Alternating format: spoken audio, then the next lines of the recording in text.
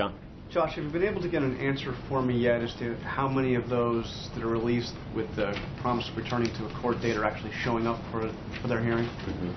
I don't have a specific number in front of me, John. There are a couple of things. I've been asking this for a couple of weeks. I know. Is there a reason why you can't? But there are a couple of things that are important for you to understand. The first is that if I did have that number here, it would not necessarily give you an accurate picture of what's actually happening.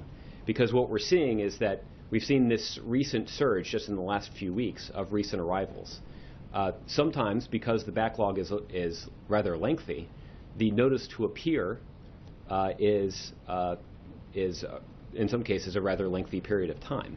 So that would not, those who are given a notice to appear but did not appear for their court date, that might not necessarily give you a very accurate picture of what exactly is happening. But it's a pretty small number, right? I mean, not many are showing up for their hearings, right? I don't have the number, John, but what we have. I mean, or is it closer to 10% than 100%? I think what the number would illustrate, if I had it in front of me, it would illustrate that the court system is not operating as efficiently as we would like it to, particularly in light of the recent surge at the southwest border.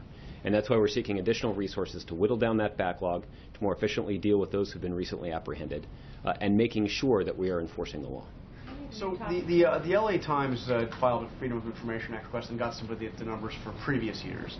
And it showed that back in 2008 there were more than 8,000 minors who were sent back, who were deported.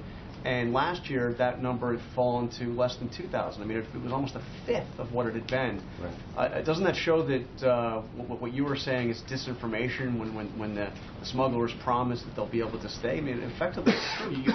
This administration has not really been deporting minors. Well,